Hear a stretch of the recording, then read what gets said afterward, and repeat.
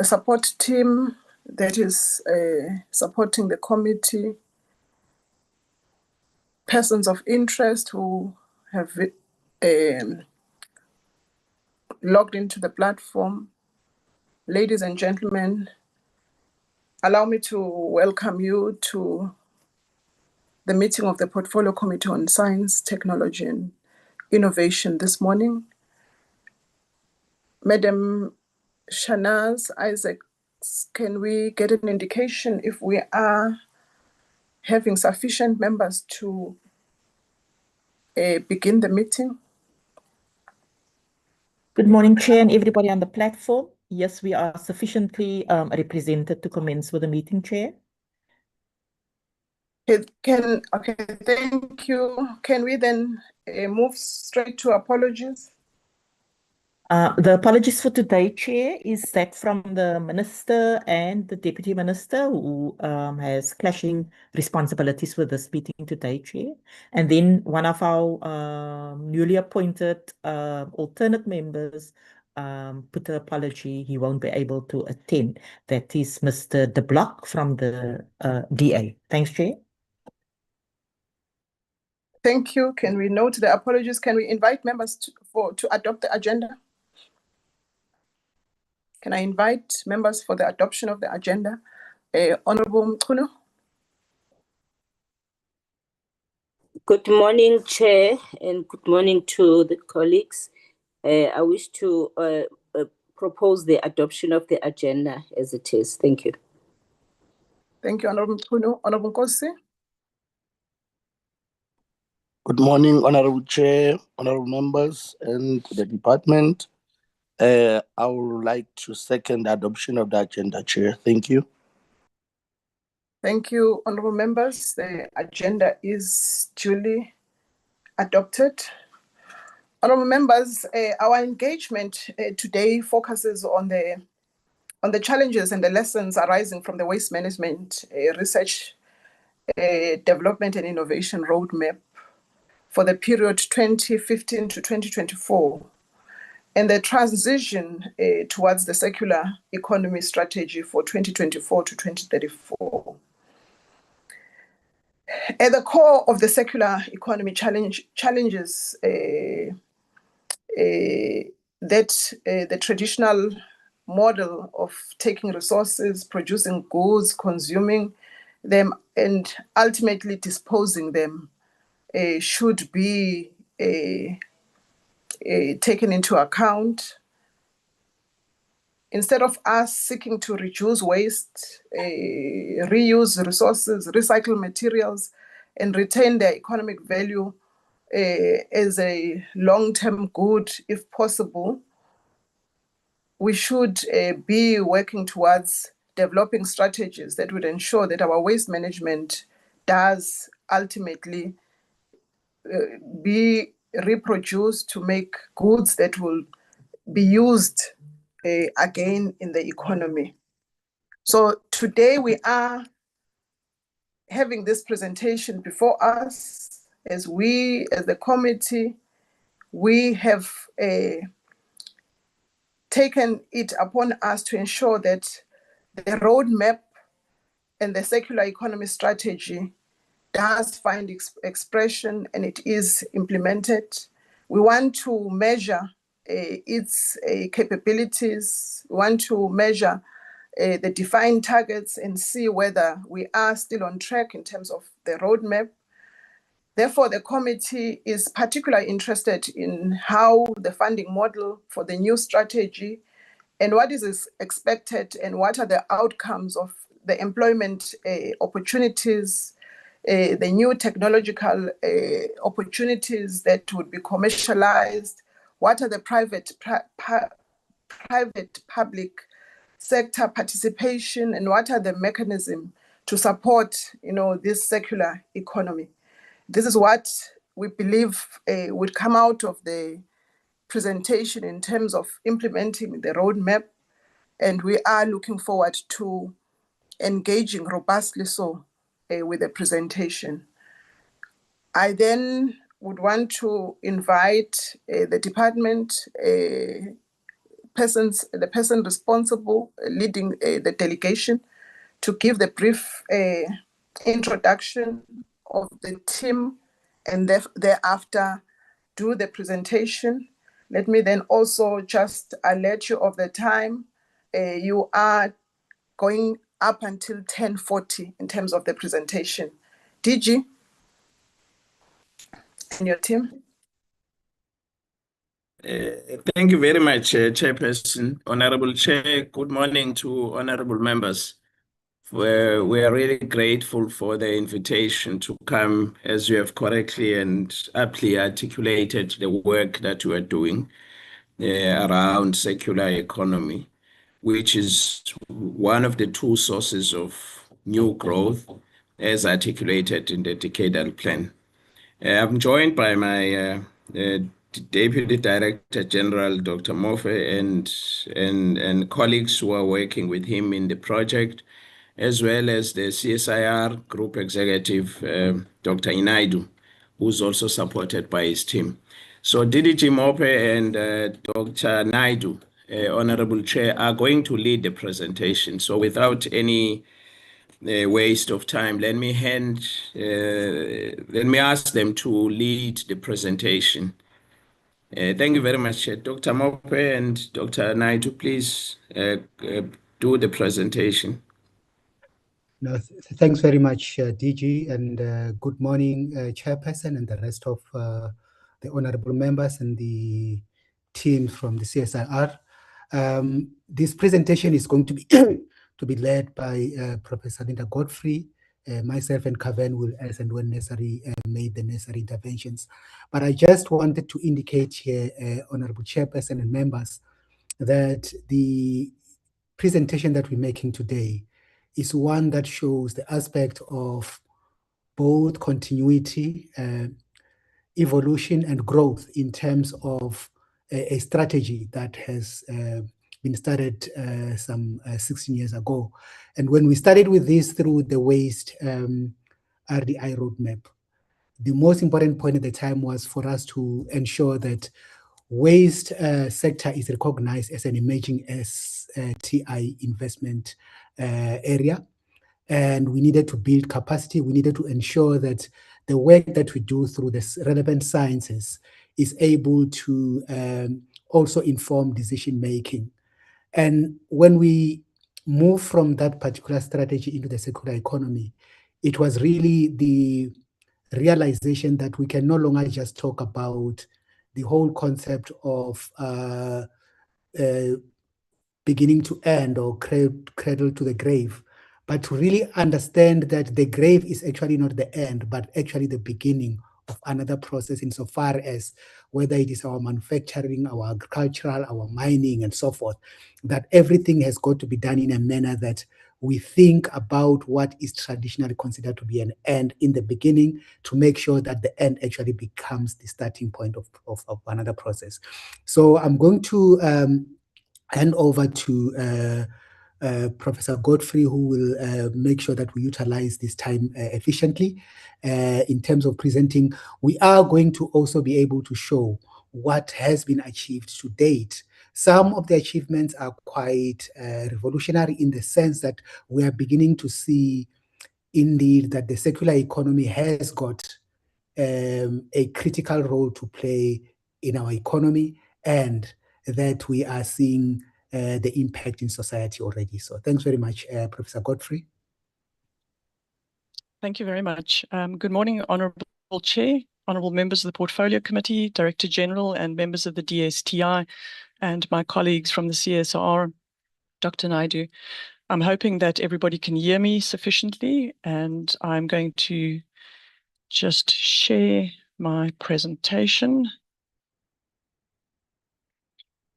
I'm hoping that that is visible on screen and that it is now in full screen mode. If for any reason the slides don't progress, please do let me know.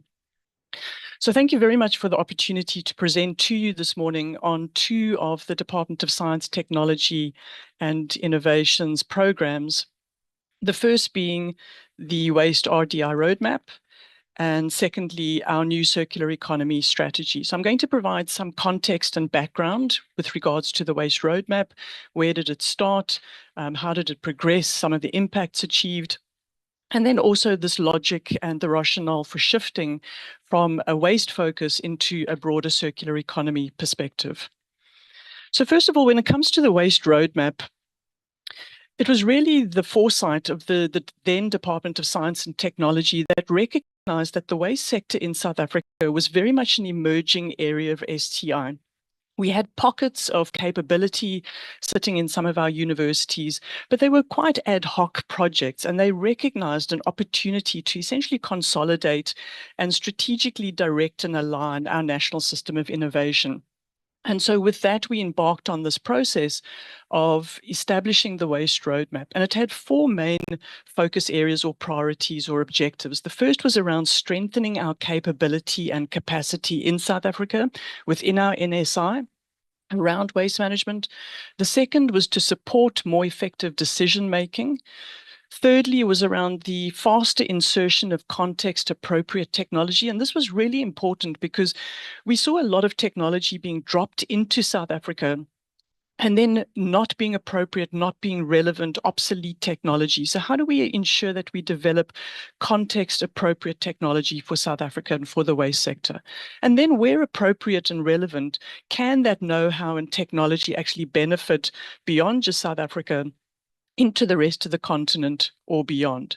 And so it was a collaborative process that we followed in developing the waste roadmap. We held consultation workshops with the sector around the country. And it was essentially the waste sector that guided us and said, we believe these are the 5 priority waste streams that the waste roadmap should focus on. And so it was around municipal waste, waste plastic, organic waste, electronic waste, and waste tires. And so those 5 waste streams have guided all of the activities over the last 10 years. It was also important when we engaged with industry and business that there were certain clusters of activity where science, technology, and innovation were necessary and important. And these define the 6 clusters of the waste roadmap. So how do we strengthen and develop R&D in strategic planning, for example? How do we support the development of modeling, of the development of tools that can provide a lot of the data and evidence to inform the sector? A strong focus of the waste roadmap was around technology solutions, but also waste logistics. How do we move waste around the country? And then importantly, understanding the environmental and social impacts of waste. So these, again, as with the 5 waste streams, the 6 clusters defined the focus areas and priorities of the waste roadmap. And you'll see these pop up again on some of the future slides. So how did we do this? How did we give effect to the waste roadmap, which was approved late 2014 and given effect from 2015? We did this through 4 particular instruments. The first was dedicated scholarships and internships. The second was in terms of dedicated postgraduate degrees. Thirdly was the establishment of SARCHI chairs. So it was around embedding a lot of the work of the NSI within the National System of Innovation. And then fourthly, and this is probably the heart of the waste roadmap, was through the research and innovation grants that we provided to the sector. Chair, I also want to just state that there are 2 slides that I have added to this presentation from the version that has been submitted to you. And the reason I'll show which slides these are, the reason for including them is that in the process of preparing my 2025-26 impact report, there was information that came up that I thought would also be very relevant to present to the portfolio committee this morning. So I'll highlight those 2 slides when I get to them. But first of all, let me speak to this point around building human capacity. And I think this is really the legacy of the waste roadmap. I think it also speaks to the fact that while we can very easily talk to the scientific impacts that the waste roadmap has achieved, one of the things that I think it always challenges us is to understand the social and economic impacts of a science, technology, and innovation program when one works in a system or a sector that is beyond perhaps the control of the NSI. So if in the waste sector, for example, how do we truly achieve social and economic impact when we don't necessarily have control over how waste is managed in the country? And this is why, for me, capacity development and investment in our youth is the legacy of the waste roadmap, because this is our ability to change the waste sector from within by producing the next generation of professionals, youngsters that will go out into industry, into business, into local government, taking their knowledge from this program with them and help to change the sector. And I think out of everything, this is probably what I'm most proud of, is the investment in the students and the youngsters. And so first of all, through the grant program, as at the end of 2024, which was the line in the sand when the waste roadmap came to an end, 55 students had completed their degrees specifically under the grant projects. Since then, another 32 have completed, and we have 29 in the final stages. And I think what, again, is so wonderful to see is the transformation that we've seen in the youth that are undertaking these particular degrees. So more than 50% over the duration of the waste roadmap have been young female students. We've had transformation in terms of both race and gender.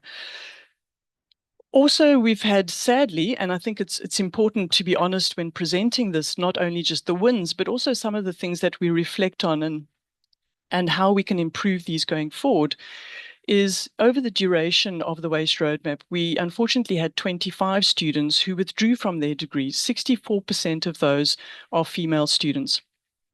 And I think this is a reminder of the challenges that young female students face undertaking degrees in South Africa. We don't always, for personal reasons, necessarily know the reason why the student withdrew. But there are instances where we've heard of young female students having to return home for family responsibility reasons. We did, unfortunately, tragically lose some students to COVID during the pandemic. A number of students withdrew during the pandemic because they felt that they wanted the most out of their degree and their qualification, and they felt that they weren't able to get that when universities moved online and everything was happening virtually. And some of those students have returned back into the system. And so this is something that always is at the back of our minds, of making sure that our students in these programs have every potential opportunity to complete their degrees going forward. This is the first slide share that I've introduced that was not in the original pack sent to you. And this was around the dedicated postgraduate degrees that we established. And right at the beginning of the waste roadmap, we evaluated the potential for students to study in this field. And while it was included in certain modules in university curricula, there was no dedicated degree that a young student could say, I want to specialize in waste management. And so we were able to establish a BSc Honours at Northwest University. This was done through an open call to our universities, a Master's in Environmental Management, also at Northwest University, and an MSc Eng in Waste and Resources at UKZN. The lead that was at UKZN has since shifted to Stellenbosch University, and we're currently in discussion. UKZN is looking at ending that degree there, and we're looking at shifting that over to Stellenbosch University. But the reason why I wanted to include this slide was, again, to highlight the number of students that have successfully graduated under this program. 53 under the honours, 60 under the masters. Many of these were young students who moved from undergraduate to postgraduate, but also the reason for placing the particular degree at Northwest was to support working professionals who wanted to upskill. And so there we've had professionals from mining, from manufacturing, from the waste sector itself, consulting, government at all spheres, and then also Eskom, Transnet, and Sasol. So how do we upskill those that are already working in the sector? The second slide, Chair, that I've included that wasn't in the original pack was around our SARCHI chair and the phenomenal work that our SARCHI chairs have done in their respective areas. And so we launched in 2018 a chair in Waste and Society, Professor Schenk at the University of the Western Cape and Professor Troyce in Waste and Climate and UKZN. And we co-funded the SARCHI chairs together with the NRF for the first 5 years because we really wanted to make sure that we had the potential to strategically direct the research that was being done that spoke to the overall objectives of the waste roadmap. And after the 5-year review period, when the chairs were extended, the NRF took that funding over full-time. And again, the reason for, actually, I've got 2 reasons for sharing the slide. The one is to acknowledge Dr. Henry Roman, who started this journey from the DSTI with us in the photo and was really instrumental in the early stages of this waste roadmap before he left the DSTI. And then secondly, to highlight again the number of students. And in this case, I've just given the number for our Waste and Society chair, 31 postgraduate students from a variety of fields, from sociology to physical sciences to economics, a broad spectrum of degrees. And when you add up all of those numbers, it's more than 200 students that have been through, whether it be grant funding, the dedicated degrees, our SARCHI chairs, 200 youngsters, working professionals that have the ability to go out and change the sector from within. We also wanted to understand the impact of this work, and so the DSTI commissioned the HSRC to undertake a student track and trace study. And again, the findings from that study, it's a very lengthy document. I provided the link because I'm only touching on a few of the highlights here. But again, these highlights are things that I'm incredibly proud of. The fact that 73% of our graduates had transitioned into employment after their degrees. We hear stories about students of graduates that are unable to find work, and we don't see that in this particular area. 14 of the graduates had opted to study further. More than a quarter had found work within 1 month. And for me, this suggests that what they are learning, what they are being exposed to, whether it be in their research projects, whether it be in the degrees, that work is relevant to the sector. 40% of those found work in large enterprises. Not all graduates took up employment in the waste sector, and while a loss to the waste sector, it's certainly not a loss to the South African economy. And so they go out into other economic sectors and also drive change and impact. And what I do love to see is that more than half of our students have indicated that they would be very unlikely to leave the waste sector. So hopefully we have them hooked and they continue to drive change and make an impact in this sector. Not only our students, though, but it's also about investing in our researchers and academics. These are the teachers of the future that will be teaching our next cohort of students that are going through these degrees, through these research projects. And as at the 31st of March, 752, those are non-unique researchers, had benefited from this grant project. And from that same HSRC study, what showed that 68% of the grant holders, these are our researchers, our academics, had reported significant trajectory improvements in their careers. And I think that's wonderful to see. People, researchers that were just starting out in their careers, that are now able to leverage and secure other research projects, are able to attract students into their research programs and to grow their academic careers. And similarly there as well, we've had excellent representation and transformation in our research and academic cohort as well. I very, very quickly want to touch on just a few of the grant projects that we have supported over the 10 years to give you a flavor and to show you the kinds of impacts that I believe have been achieved. So the first set of projects here, you can see aligns with our Waste and Society and our strategic planning clusters.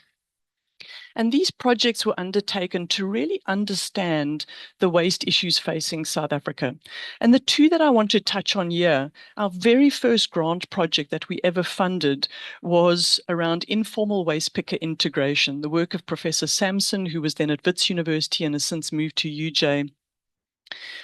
That work, I believe, was seminal in really understanding the role of waste pickers within the waste sector.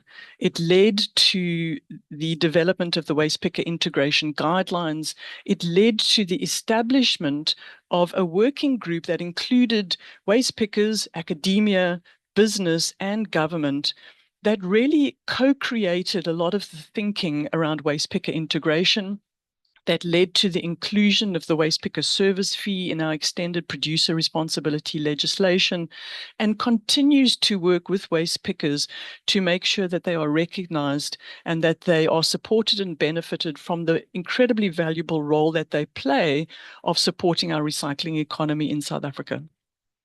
The second project that I want to touch on is a more recent one by Professor Schenk, our SARCHI chair, around disposable diaper usage and disposal. And this is a growing problem that we see across the country, particularly in our more rural provinces and towns, where waste collection services are failing communities.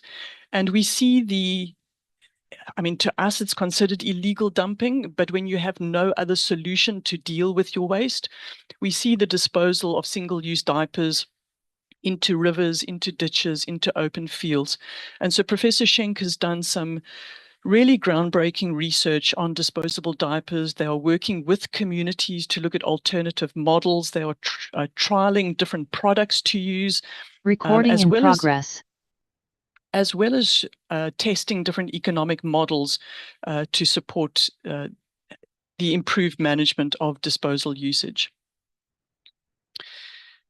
The second slide speaks to more of our modeling and analytics work. And again, there are two particular grant projects I want to touch on here. The one was we started to see this backlash against single-use plastic, marine litter, plastic pollution, those very visual images that we saw of the impact of plastic waste on marine organisms. And so we started to see business adopt alternative packaging types, whether it be paper, whether it be biodegradable plastic, whether it be reusable bags.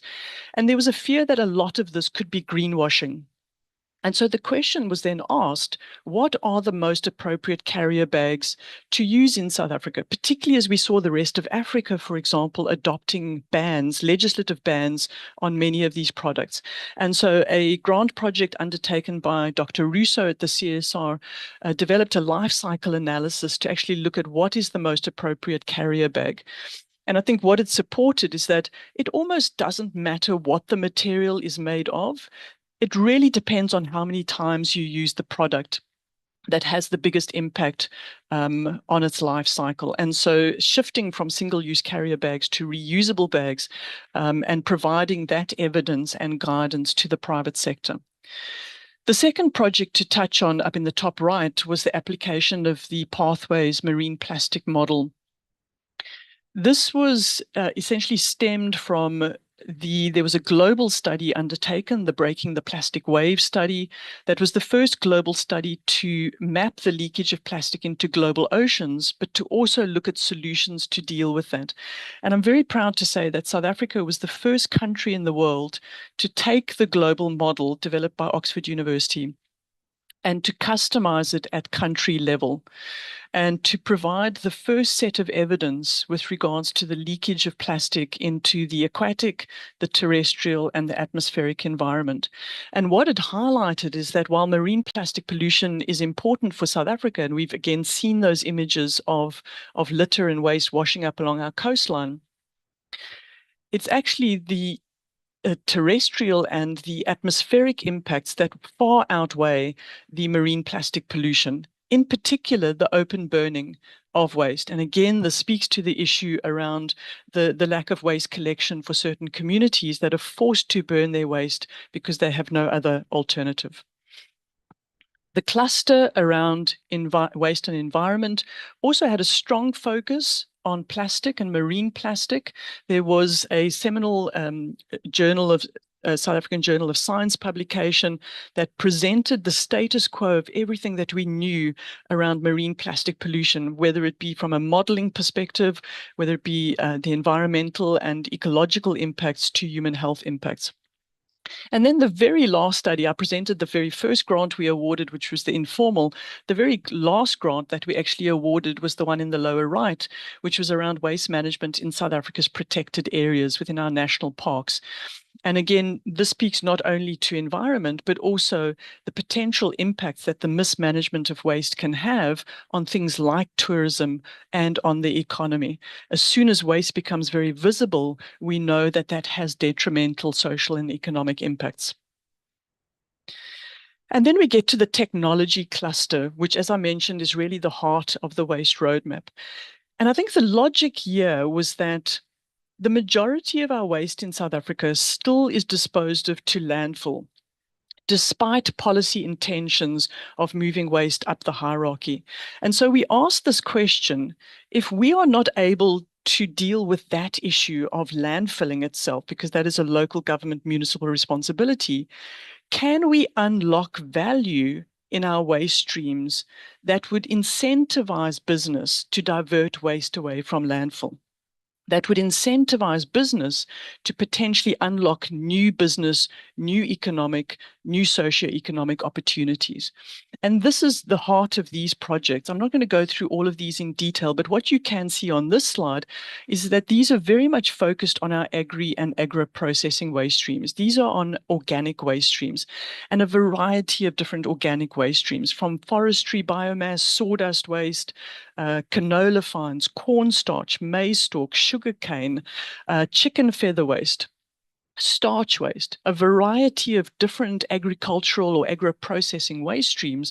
But what's common to all of them is that within these waste streams lies potential high-value products that can be recovered. Pine oil from sawdust waste, nanocrystalline cellulose fibers from certain of this biomass. And so a lot of this work is focused around this concept of biorefinery. Another slide you can see where it starts to shift more into the food waste streams, into the fruit waste streams, but again, the same logic. How through engineering, through chemical analyses, can we determine the content of these waste streams to unlock high-value products? There was also a portfolio of grant projects on electronic waste, the fastest growing waste stream globally. There were 2 foundational studies that were contracted to Mintech to understand our e-waste landscape, our dismantling, pre-processing and processing landscape, and also lithium batteries. This was before load shedding happened, before we saw the import of significant quantities of batteries for home energy storage, before we saw the import of solar panels. And then at that stage, the findings were that we don't produce enough of this waste to warrant investment in these technologies. That picture has since changed, and we see a lot of e-waste recycling companies now exploring how far can they take the lithium battery value chain in South Africa beyond perhaps just black powder. And this speaks to that very earlier point that I mentioned about finding appropriate technologies for South Africa. So again, a variety of different e-waste streams, whether it be fluorescent lamps, lithium-ion batteries, rare earth magnets, research. And this is by no means complete. I'm just giving you a flavor of some of the grant projects that we have supported. Plastic waste was another priority waste stream.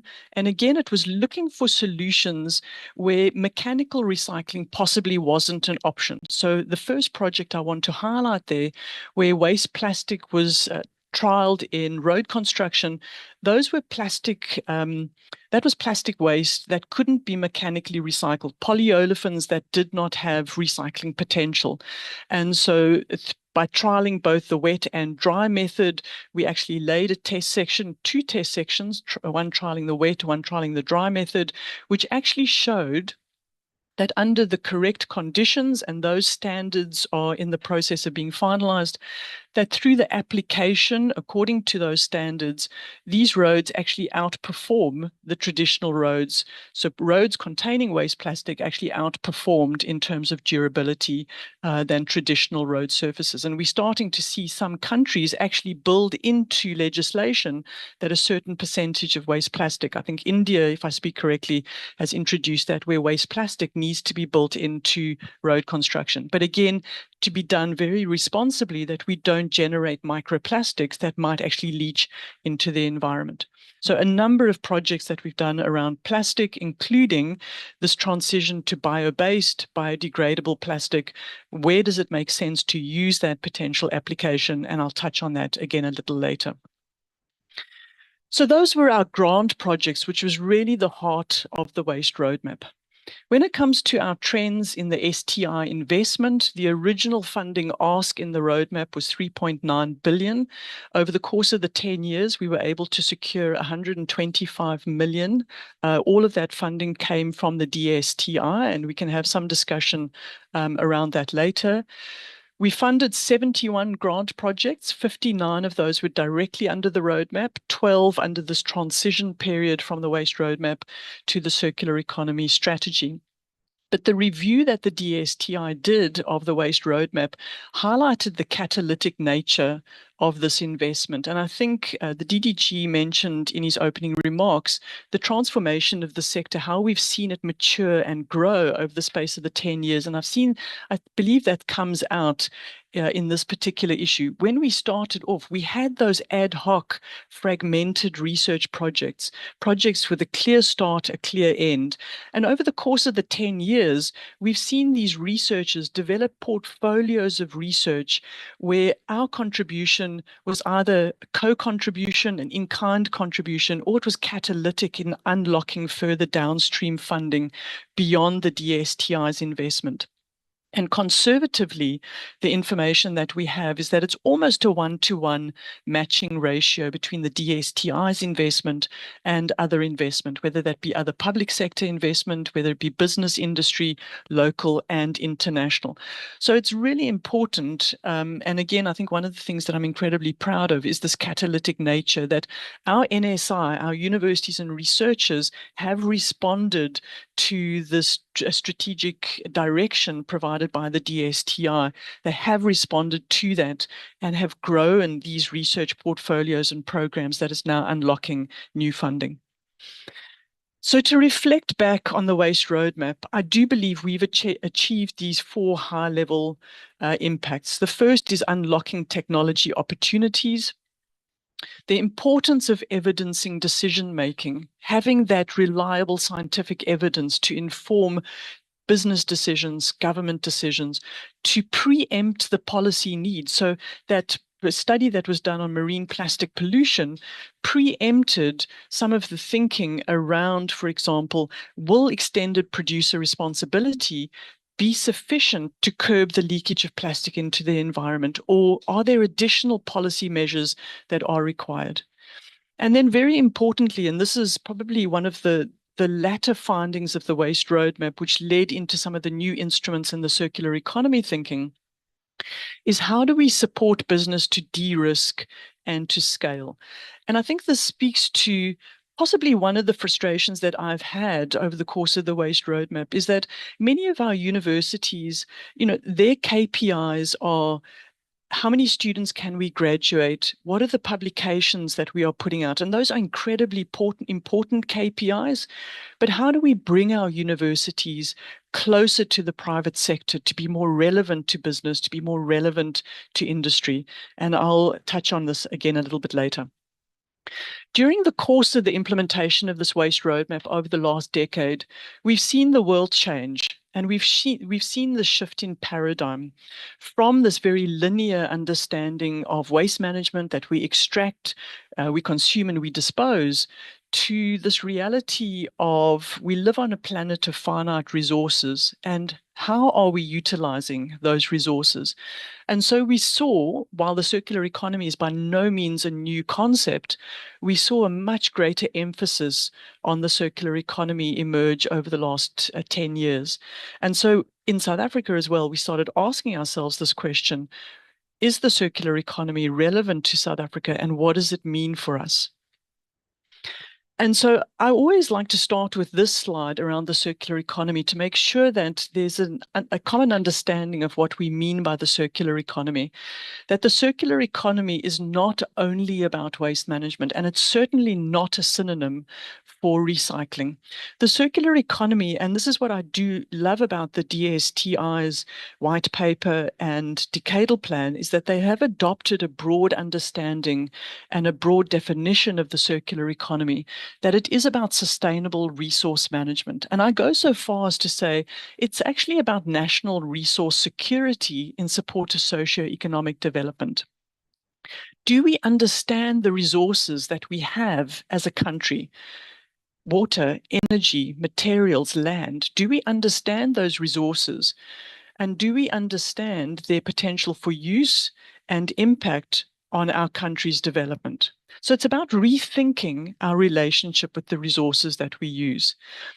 The reason for this is because never before have we had so much evidence, so much data that highlights this increasing global demand for natural resources, whether it be biomass, whether it be non-metallic. So non-metallic minerals are the things that we use in construction, for example. This is the largest material type that is being consumed. And this is as countries develop their infrastructure, their stock, their buildings, their networks, this almost exponential increase in resources. So what have been the drivers behind this transition to more circular economy thinking? Two of those drivers, I believe, are what countries have seen as being threats to their economy, and two are drivers which I see countries seeing as opportunities to their development. The first driver that really emerged around the circular economy was this one around resource scarcity and security. And we saw, for example, the European Commission back in 2011, I think it was, publish their first list of critical minerals, critical raw materials. These were resources that they knew they needed to support economic development, but did not have in the ground within the EU region. And so the question was, how do we get those resources back again? That's why, for example, when South Africa exports its e-waste, a lot of that e-waste goes to Europe for processing. Those countries get access to this electronic waste, which allows them to recover the copper, the gold, the platinum, the rare earth elements from these waste streams. The second driver is environmental. We know that nearly 60% of climate impacts, 90% of biodiversity loss, 90% of water stress comes from the extraction and processing of resources. And so if we are to address these big planetary crises that are facing us, we have to rethink how we are extracting, processing, and using our resources. And then the third and the fourth are the socio-economic opportunities. And we heard during the pandemic these statements made of to build back better, a green economic recovery. And more we see evidence that sustainable businesses, green industries are more profitable, do provide greater goods and services to communities than the traditional way of doing things. And so we asked ourselves this question as well. Are these drivers for South Africa? The NACI foresight that was undertaken identified the circular economy as one of its priority areas, I think based on this global development that was happening. And we saw that transition through into the Science, Technology and Innovation White Paper, the circular economy recognized as a new source of economic growth. And so the DSTI, asking these questions, said, let us understand what the circular economy means for South Africa, what our drivers are, how circular is the South African economy currently. And so the first project that we undertook was one that was a grant project awarded to the University of Cape Town in partnership with BOKU. BOKU had just done this for the EU member states to map the level of circularity of the South African economy. There's actually another project underway now to look at other indicators as well beyond just this particular material flow analysis indicator. But what it highlighted to us is that, yes, we're a highly extractive-based economy. Mining makes up, I think, if I'm not mistaken, around 8% of our GDP. We mine, we extract resources, we export those resources in unbeneficiated form. But you can see in this diagram just how much of those resources flow through our economy in a very linear way and end up either as atmospheric emissions, as effluent wastewater, or as solid waste. So a lot of the resources that we are extracting, whether it be, for example, energy, food, feed, minerals, metals, directly move through our economy and become waste. Very little, only 6% of our resources flow back into the economy. But I think the thing that really stood out in this study, and it's right down in the sort of center lower part of this diagram, you can see there's a little square called stocks. And I think this was quite startling to see of how little of South Africa's resources actually goes into its own stock build. So again, its own infrastructure. And it asks this question from a sustainability and from a resource perspective is, are we using our resources in the best interests of our own development, of our own socio-economic development? And so this set a lot of the foundation in terms of understanding this management of resources through the South African economy. We then asked, what are our drivers? Is resource scarcity a driver for South Africa? And my immediate instinct was, surely it can't be. Surely we must have hundreds of years of resources, particularly minerals and metals, still left in the ground in South Africa. Is climate mitigation a driver for South Africa to transition to a more circular economy? What does the circular economy mean for our more resource-intensive sectors? And so the CSR, given the nature of the organization, given the diversity of expertise that sits in the organization, I think was perfectly positioned to answer these questions and to bring those diverse skills into answering these three big questions. The first one, is resource scarcity a driver? Yes, it is. It found that 18 minerals that were identified as critical, 5 of those had less than 50 years of economically viable mining remaining, assuming we find no additional reserves. But what was difficult to read was that for most of those 5, we are exporting the majority of those minerals and metals, which means we have very little ability to recover those resources again at end of life.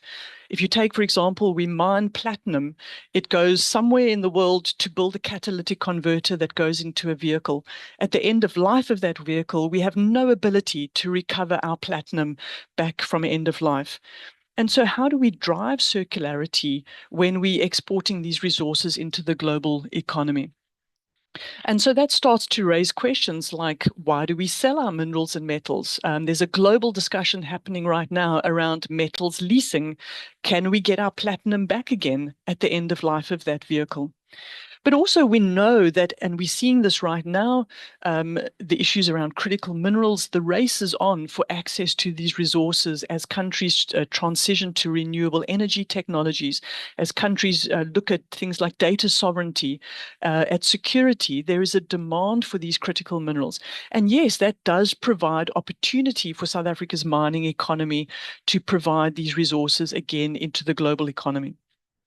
Yes, climate mitigation is also a driver for South Africa to transition to a more circular economy.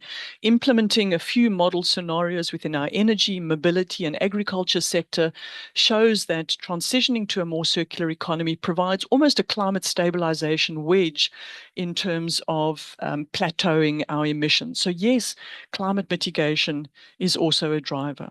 But what does it mean for our other sectors? And I'm not going to go through these in a lot of detail, but I included these slides because I wanted to highlight again this point that the circular economy is not just about waste management. And so you can see in those graphs, these are examples of circular interventions in different sectors. So yes, we've got the more traditional, like industrial symbiosis. How does one industry's waste become another industry's raw material? But also important things like additive manufacturing, chemical leasing, circular business models, circular product design. How do we design products for repair, for remanufacture, for reuse? If we go into the agriculture sector, similarly, there are circular interventions there that at first glance might say, Oh, I didn't know that was circular. Things like precision agriculture. How do we decouple the agricultural sector from the significant amount of water that it uses? If I remember correctly, around 61% of South Africa's water goes into the agricultural sector, which produces 3% of GDP. So is the use of water in our agricultural sector the best application of water? How do we decouple the production of food and feed from water consumption? But also things like equipment sharing. There's a lovely example from West Africa where you have almost the tractor equivalent of Uber, because small-scale farmers can't afford their own tractor. So essentially you can go onto an app and you can book your tractor when it comes to harvest time, and the tractor comes with the driver and plows your field, for example. So many innovative business models that we're seeing emerge in the circular economy. Water security. So I think given water scarcity, given the droughts that we faced, South Africa already has quite a strong readiness and already adoption of certain circular interventions in the space, things like water efficiency, water demand management. So it already has a fairly strong footprint in some of these areas, but other areas as well where we can improve on greater circularity in the water sector. Human settlements. This is also an area with so much potential. These are our cities and towns. How do we build for the future? And there is this figure that is referenced that 60 to 70% of the buildings that will stand in Africa in 2050 are still to be built. Now, if you think about that graph I showed you earlier with the non-metallic minerals and that almost exponential increase, do we have the resources to build those buildings for Africa in the future? Should we be looking at more regenerative materials? How do we rethink what we build? How do we rethink our cities and towns to be more climate resilient, to be more livable, to be more walkable? And I think there's incredible opportunity for innovation in what our cities and towns of the future look like in South Africa and in the African continent. And there's so much more that we want to do in this particular space. Mobility as well. This question of, does everybody need to own a vehicle? Do I need access to owning a car? Do I need access to mobility? It starts to again bring in this question around, how do I access goods and services? How do I move around our cities and towns, for example? And again, a variety of different circular interventions there that when you look at them, you'll say, but that's not waste related. And it's exactly that. It's about sustainable resource management. It's about designing waste and wastage out of the system. And so, yes, waste was the entry point into the circular economy discussion, but it's certainly a lot more than that. And so I think it was very timely for this transition, just given where the world was shifting to, for us to make this transition in South Africa as well, to understand our drivers, to understand what we're talking about when we talk about circular economy in these resource-intensive sectors. What we did also see is that there were already elements of circularity built into many of not only the DSTI strategies and roadmaps, things like the bioeconomy strategy, the water and the waste roadmaps, but also into many of our other policies across multiple of our line departments. And I'll reflect on that a little later. And so we began this process of consultation around the circular economy strategy. We took the position that it should align with the priority sectors of the decadal plan, which looked at how do we modernize mining, how do we modernize agriculture, and how do we modernize manufacturing. And I think one of the very first questions I asked of the DSTI is, what do we mean by modernizing?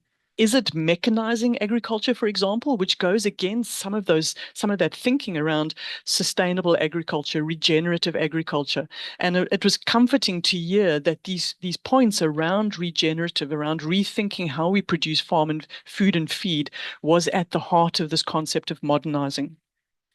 The Circular Economy Strategy was then approved by the DSTI executive in late December of 2024 with this vision to produce and use science, technology, and innovation to support an inclusive, a just, and a climate-resilient circular economy transition in South Africa. Within those three focus areas, there are sub-focus areas. So within circularity and mining, three priority areas: resource security, so that's understanding our resource base; resource efficiency. This speaks very much to circularity on mine site, the resources we use, the waste that is produced, and then diversifying feedstocks. Where else can we access minerals and metals without sinking a 5-kilometer shaft underground? There is more gold sitting on the printed circuit board of your laptop than there probably is in ore within the ground that we mine. So how do we recover things like electronic waste, but not just export it into global markets? How do we beneficiate those materials more locally? How do we deal with end-of-life vehicles, for example? So where else in our economy can we actually find minerals and metals that would support South Africa's economic development? Within agriculture, we have 4 sub-focus areas. The first is around resource efficiency. So again, that example that I gave around how do we decouple the production of food and feed from water consumption? Precision farming, for example. Second, regenerative agriculture. We know the strain that our soils are under in South Africa. So how do we farm in a more regenerative way using things like organic fertilizers, organic pesticides, permaculture, for example, zero-till methods? In agro-processing, this speaks very much to the issues around food losses and waste. How do we farm in a way that minimizes food losses? But also speaks to issues around sustainable packaging that reflects back on some of my earlier remarks around things like biodegradable packaging, paper packaging, for example. How do we rethink how we actually move food and feed to consumers? And then lastly, if we can't prevent the generation of waste, how do we unlock its high value potential? So this is a continuation of that large investment that was made in the technology portfolio around biorefinery and unlocking high value products from waste streams. Within manufacturing, we have 4 sub-focus areas as well: resource efficiency and cleaner production within industry. We already have some footprint in this, the work of the National Cleaner Production Center, for example, working with the DTIC. And I think given by some of those big challenges around energy security, water security, we've had to see industry adopt these resource efficiency and cleaner production measures, but there's so much more that we can still do in that space. Circular product design. We're seeing the EU now, for example, put very innovative policy in place around consumers' right to repair.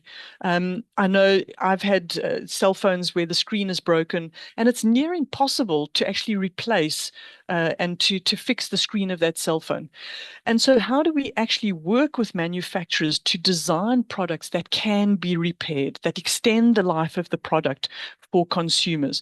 How do we work with industry to rethink the materials that they're using? So material science as well as product design. And then advanced manufacturing. There's a lot of opportunity within advanced manufacturing to make products that produce less waste. So a lot more intensive in their actual manufacturing processes. And then remanufacturing. And I think this is a significant opportunity area for South Africa and I always use the example of end-of-life vehicles. It may be some time before South Africa transitions all internal combustion engine vehicles into electric vehicles or into public transport. Is there an opportunity for South Africa to position itself as a global or continental leader in remanufacturing of end-of-life vehicles, where vehicles come back in, they are fitted with the latest emission technology to reduce vehicle emissions, the engines are refurbished or remanufactured, and that vehicle goes out for a second, a third, a fourth life. Things like medical devices, there's opportunity for remanufacturing. For appliances, for electronic products, a lot of that is already happening, but it's happening informally in the South African economy. And so how do we bring more of that into our formal economy and grow new business opportunities? And I think with that as context, this is very much around, for us, this is about science, technology, and innovation in support of South Africa's socioeconomic development. And it has to speak to our national development plan. And I always ask this question: do we understand the resources we need to achieve our national development plan? Can we unlock opportunities through this investment in science, technology, and innovation that will support economic development, that will support job creation, that will support the country's climate and sustainability commitments. Now, these can be incredibly difficult to measure, that science to economic to social impact. It can sometimes take decades. It's very difficult to show that cause and effect. I think we're very good at showing scientific impact, but we still struggle with indicators that really highlight how investment in science directly impacts economic growth. But I think this is something that we continue to think about. It's something we continue to engage with, is to make sure that the investment that is being made directly has this benefit within the economy. But I think to do that, we have to understand that a circular economy transition does require a whole of government approach. You can rightly see from my previous slides, this is not just about waste management. It's not just an environmental issue. There's a role to play for trade and industry, for environmental affairs, for Department of Agriculture, for human settlements, for transport. This has to be through a whole of government approach of thinking about how we as a country utilize our resources. And so we've adopted many of the same instruments, the postgraduate degrees, the grant funding, the SARCHI chairs, but we've introduced two new instruments in the circular economy strategy. The first is the demonstration grant. And this is a grant intended where a private sector partner, in most cases, the idea comes from the private sector partner. It's a business innovation, a technology innovation that the business is wanting to adopt, but they need to partner with a university or science council, the bright minds, the infrastructure, the laboratories, the facilities we have at our universities and science councils. They need to partner with them to demonstrate, to de-risk, to scale that solution. Some of our demonstration grants have been the other way around, where it's been late-stage technology developed by a university or a science council, demonstrating that in field. But I want to try and bring out those other ones because we know that there's already a business that wants to use it, that wants to adopt it. And we can have a discussion around that one as well. And then the circular initiatives. These are 3 initiatives that we've launched, similar to the SARCHI chairs in that we are embedding them within our NSI, but very different in that we want them to operate as living labs where they can co-create projects with business and industry, again, to apply science, technology, and innovation for impact that our businesses and industries benefit from this. And so again, I just very quickly want to give you a flavor of the portfolio of what we're funding. These have been some of the demonstration projects. Some of these have recently come to an end. The top left, I'm not sure if anyone has seen, for example, on YouTube, the small business that set up a refill store in Diepsloot, Sonke, the Skubu store, where you can bring your own container and you can fill up your own container depending on how much money you have that day, whether you need access to maize, to sugar, maybe Omo detergent, cooking oil, and you get a little card, you charge your card and you tap and you say, today I can only afford 50 Rand of sugar, and I fill my container with that. That particular business has now set up 2 more stores, and he's being inundated with people from around the country. And I understand that he's in discussions with Nedbank as well around financing that going forward. There's the biodegradable mulch film. This is a particular challenge that many of our farmers face, where they put down waste plastic in field to reduce weeds, but it also means that you use less fertilizer, less water, but that plastic breaks down, it fragments, and we know that these microplastics have negative impacts on soil health. And so that was actually a technology that the CSIR had developed, and we trialed that on a pineapple farm down in the Eastern Cape. And if I'm not mistaken, it was also being co-trialed in Ghana with excellent results in terms of improved growth periods. And that was done in partnership with a cooperative down in the Eastern Cape that are now looking at taking this technology on. And I understand that's now being licensed to 2 other companies. We also earlier this year were at the launch. On the right-hand side, there's the demonstration you can see of the roof and flooring system. That was innovative building material that actually uses alien invasive plant material, biomass in the construction that produces a zero carbon building material. And there, the joint partnership between the CSIR and Non-Crete built a creche for a community in Elandskloof that was handed over to the community earlier this year, and a very innovative building material that unlocks jobs in the community of actually providing an end-use market for that alien invasive biomass, and at the same time is going into new construction and innovative material. These are some of the new demo projects that we've just awarded. The top left there, I asked that question earlier, why aren't we building more from wood? So later this year, they actually are building a modular timber housing system using cross-laminated timber that can be assembled and disassembled. So for things like emergency housing, if there are floods, for example, or even for a small-scale home, if that's all you can afford to build now, but you can disassemble part of it and extend the home later. We also have a number of projects around remanufacturing. On the right there, for example, that's a partnership between the CSIR and industry, where these very large cast iron components are very difficult and expensive to swap out and replace. And so there's research happening there and demonstration around remanufacturing of some of these industrial parts. And then we've got a new portfolio of STI projects, some of them on some very interesting organic waste streams. You can see a focus there on rooibos waste. There's a project happening with the wine industry. There's a project happening together with a large retailer around cherries and cherry waste.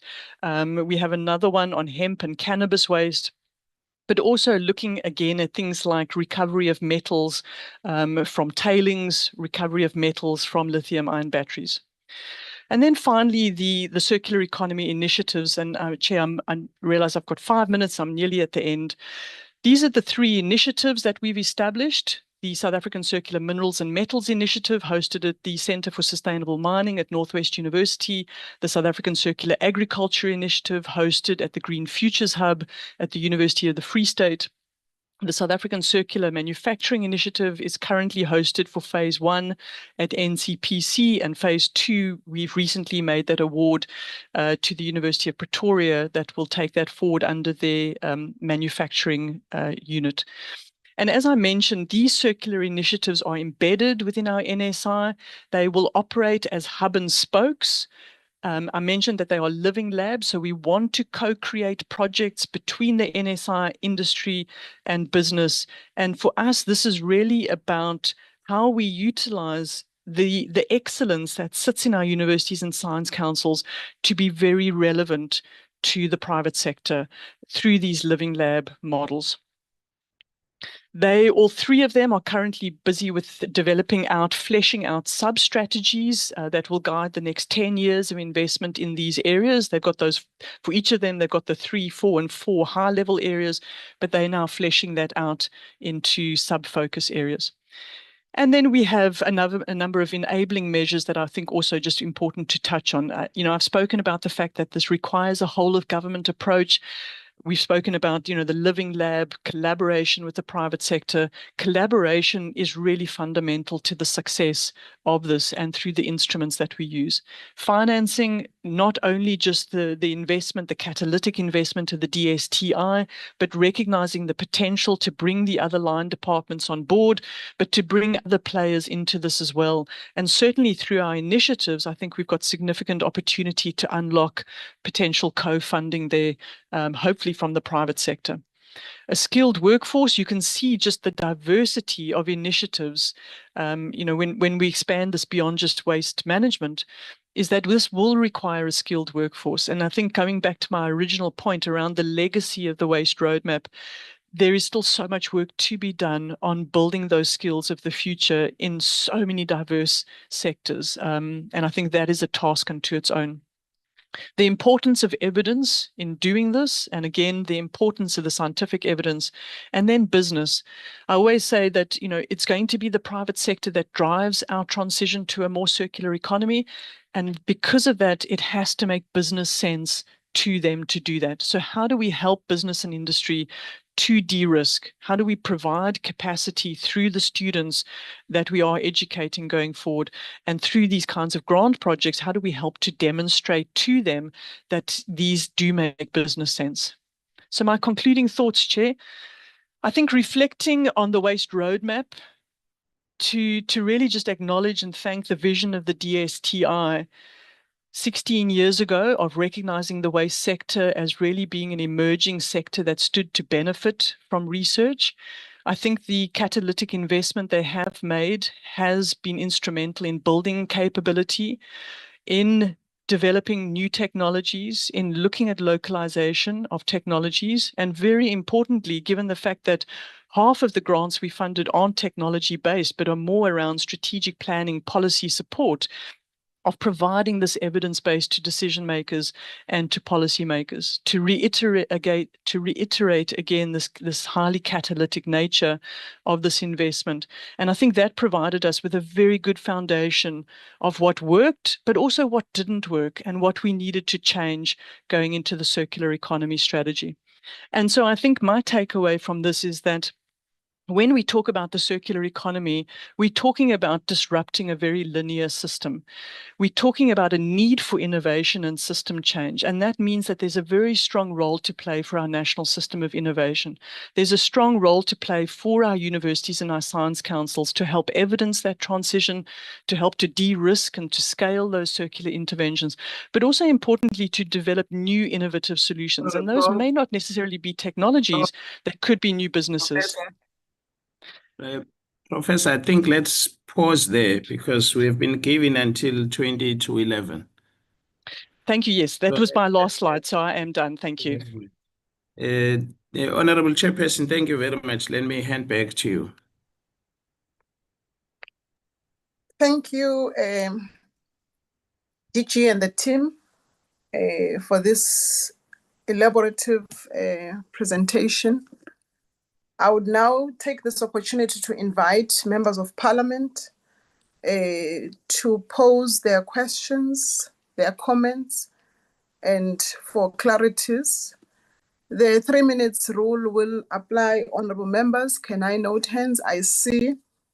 First is Dr. Tembekwayo, followed by Honorable Ramungalo, followed by Honorable Nkosi,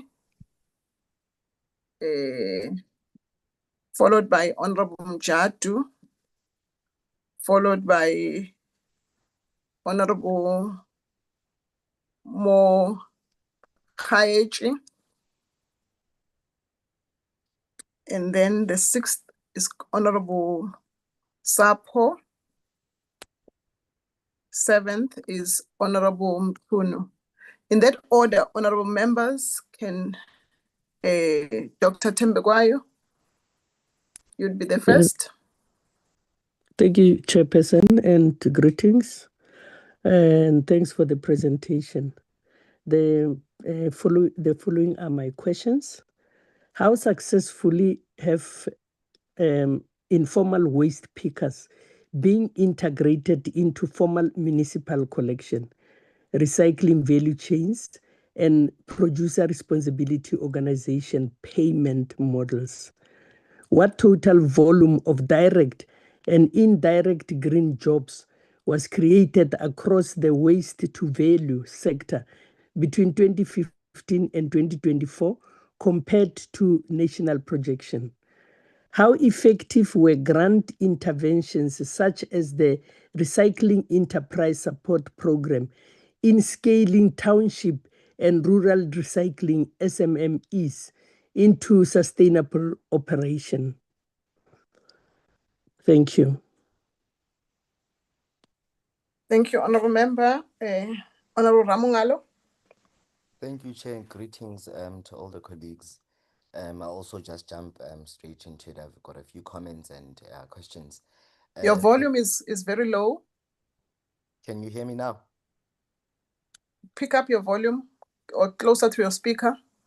I have. Okay, continue. Can you hear me now? Continue, honorable member.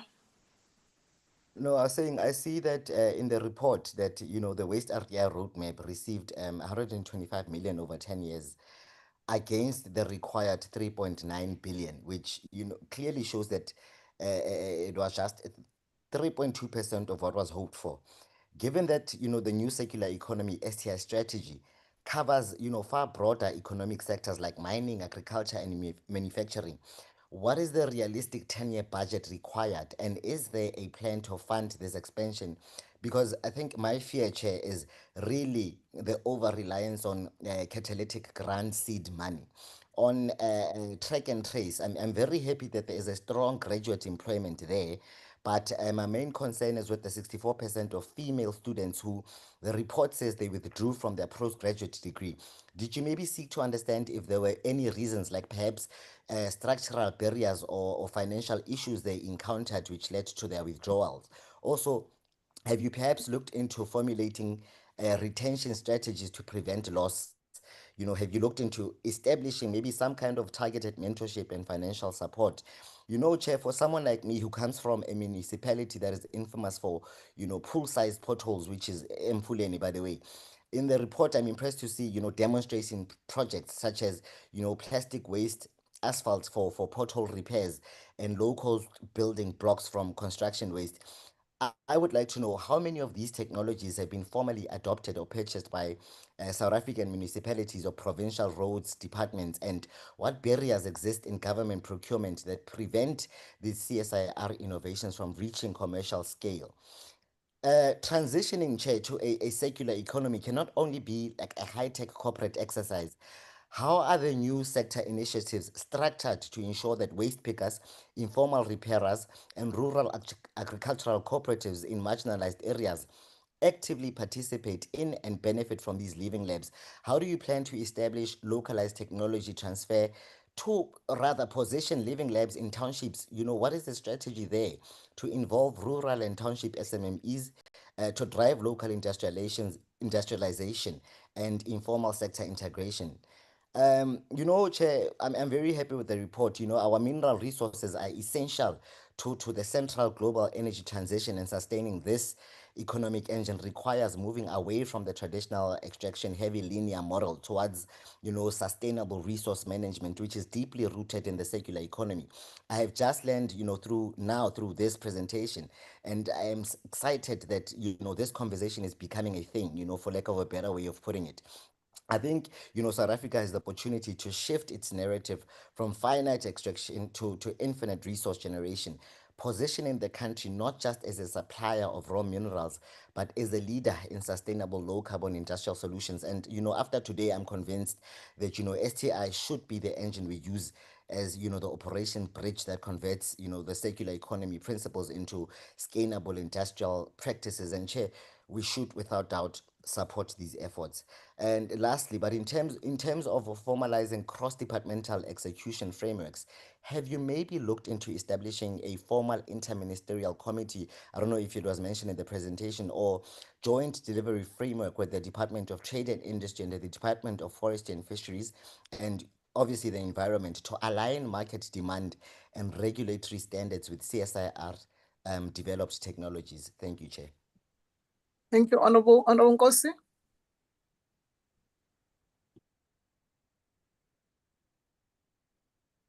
Thank you very much, Chair. Chair, I just have some questions that I need clarity on. First, it will be, Chair, on the municipalities which are on the front lines of the waste collection and separation at source and landfill managers. Given that many local municipalities face a severe governance and infrastructure deficits, how will the CSIR and the STI ensure that the R&D outputs, such as separation at source decision support tools, are practically implemented by the local government. And Chair, how is CSIR's technological innovations and RDI outputs being deployed outside major metropolitan areas to benefit the rural and the under-resourced local municipalities? Chair, I just wanted to check the alignment of the district development model in terms of that question. Chair, on slide, I think it's 8, it reveals that there is around 87 postgraduate students that are completed or are on the final stages of completion. But 25 students, which is 22% of the funded students, withdrew from the completing the degrees. And more importantly, or important or crucial, it's 64% of those who withdraw are female students. I just wanted to check, Chair, has a comprehensive study or breakdown being conducted to pinpoint why 64% of the students drop out or withdrawals were female, and what institutional, financial, or socio-economic barriers contributed to this dropout rate? Chair, also, I wanted to check, Chair, what targeted support mechanisms or mentorship programs or any stipend adjustment or childcare family support or flexible research timelines are being integrated into the new Circular Economy STI strategy to prevent the similar attrition or among the female and Black researchers. Chair, I think, yeah, those are the questions maybe I needed clarity on. Thank you. Thank you, Honorable Nkosi. Honorable Mjadu. Thank you very much, Honorable Chairperson, Honorable members, and the department.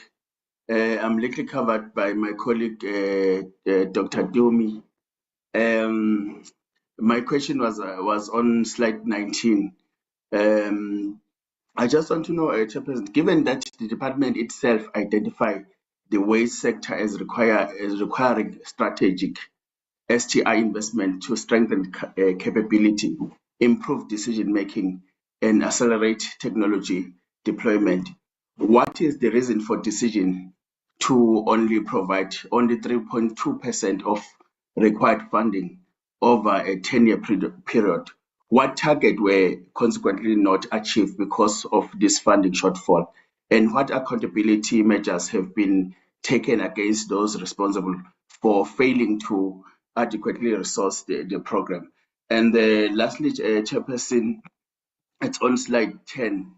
The report states that 73% of graduates successfully transition in employment, while 14% opted to study further, and that 40% employed graduate work in large enterprise. However, this presentation acknowledge that not all graduates entered into waste sector. My question is, given that the purpose of roadmap was to strengthen human capital specifically for the waste sector, how many of the graduates funded through the program are currently employed with South African waste and circular economic sectors? And how many are employed outside the sector? And what measurable interventions has been implemented to ensure that the public investment in their training translate into increased capacity and within municipalities and other areas where waste management failures persist? I thank you, Chairperson. Thank you, Honorable Mjadu. Honorable Mokhaeji. Thank you, Chairperson. Yes, it's Honorable Mokhaeji here. And it's Carol, Honorable Chairperson. Okay. It's Mokhaeji Carol, yes, that's my name. I want to let me start by greeting you, Chair, and greet all the honorable members, and also wish you a happy belated birthday, and greet the department. I just have few inputs on this matter. My input is, then I lose my notes.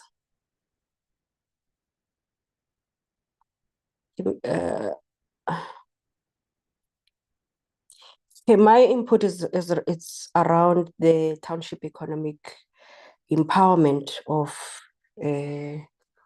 this waste management. So, Professor, I see that I'm just going back to my notes. 2 seconds, I apologize.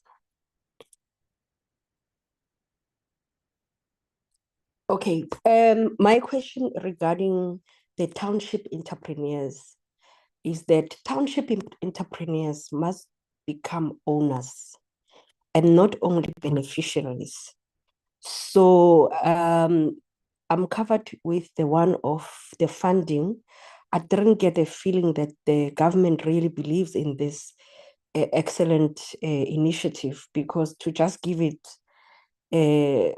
such as not even a 10% portion of the projected budget, for me doesn't seem like they believe in it, but it's excellent work that went into it.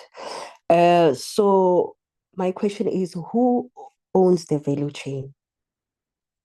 We cannot have a situation where township residents collect the waste, then large companies process it, and large manufacturers produce the products, and the large companies makes profit.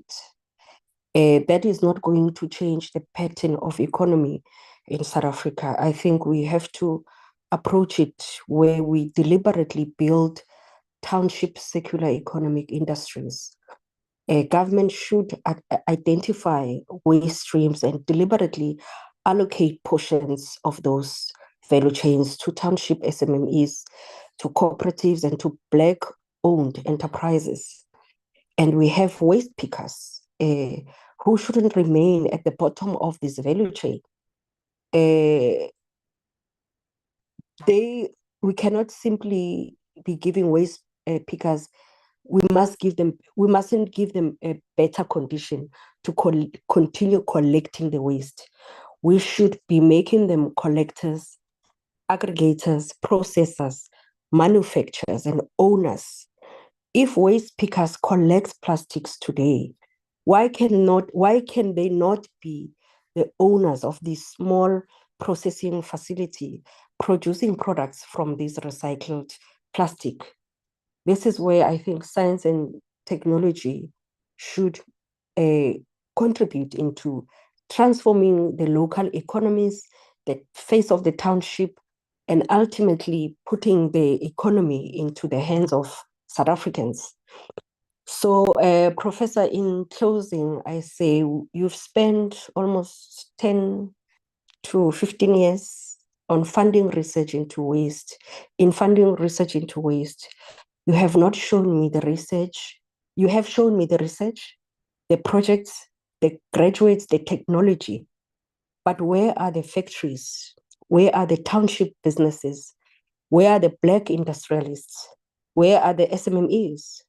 Where are the thousands of sustainable jobs? And where are the where are the local manufacturers? So in the next coming years, it cannot be another decade of research report. We need to move from this knowledge that we've got excellent scientific research to economic empowerment and putting the economy back into the hands of South Africans. Thank you. That's all for today. Thanks, Honorable Carol. Honorable Sapo. Thank you very much, Chair. Good morning to you and all honorable members in the meeting.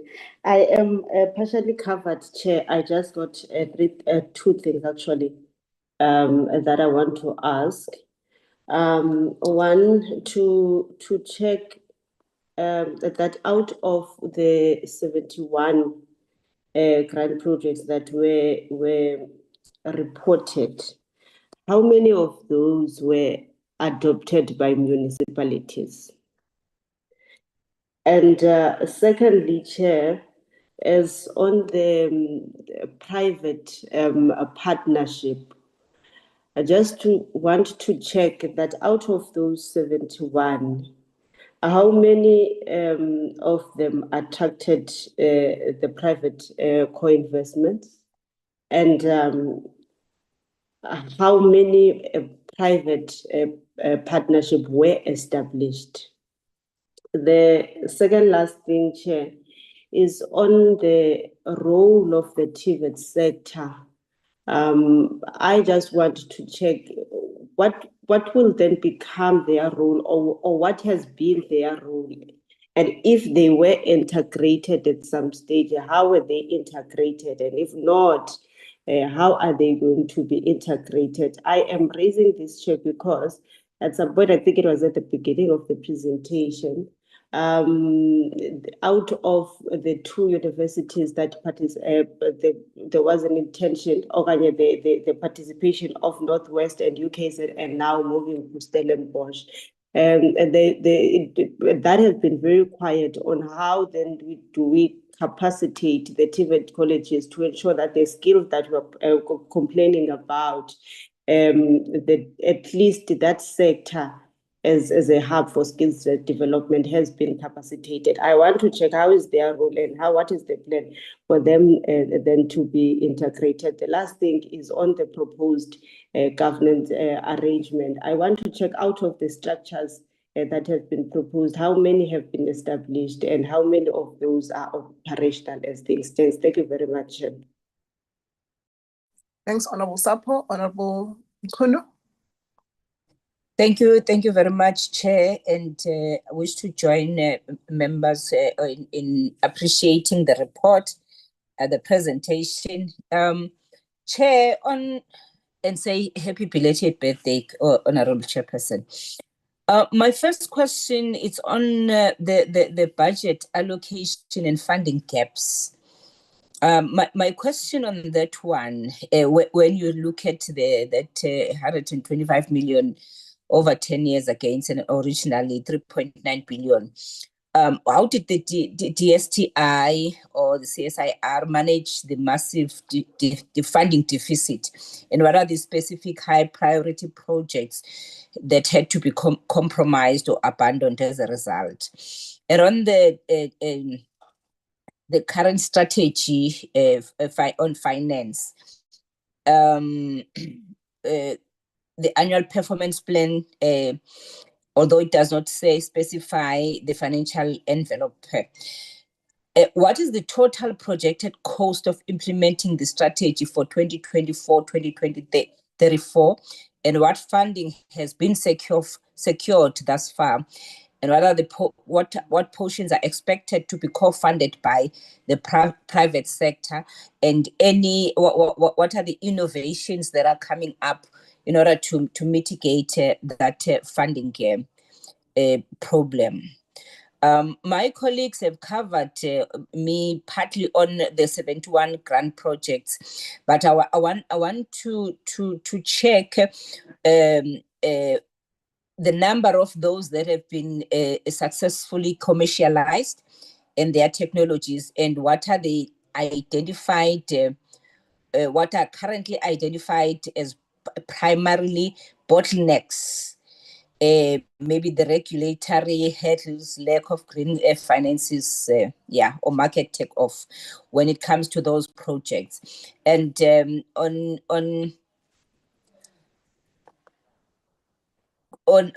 my other question, Chair, is what specific criteria and metrics are being used to ensure successful pilot projects, such as the 100% biodegradable plastics or textile recycling initiatives and are scaled at a national level?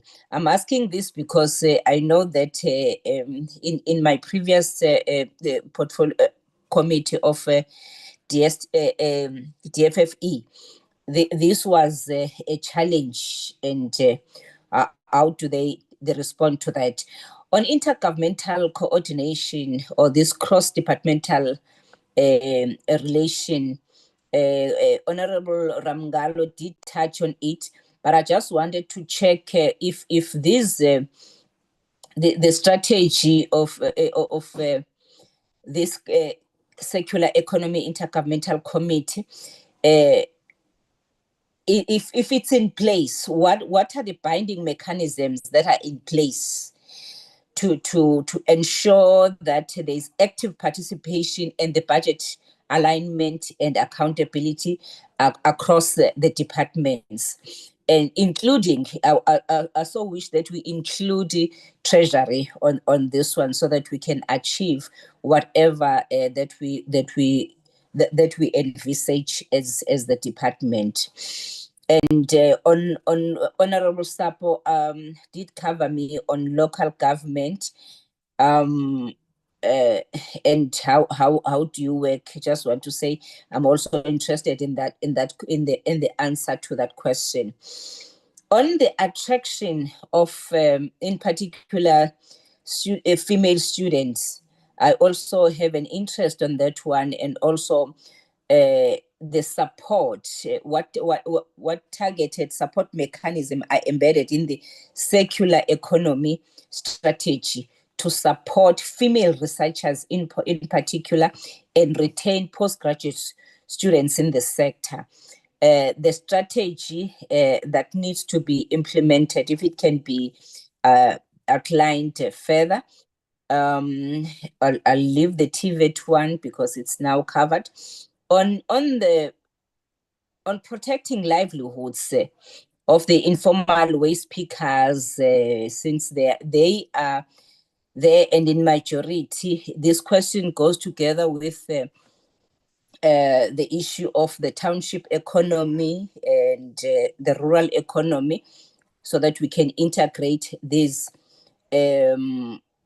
How do these new technology solutions such as SACMI integrate existing informal waste and recycling activities, and what safeguards are in place to ensure that advanced technological intervention do not inadvertently displace the informal livelihoods, in particular the informal waste pickers and the waste to the waste pickers and the recycling as whole. The last one, Chairperson, is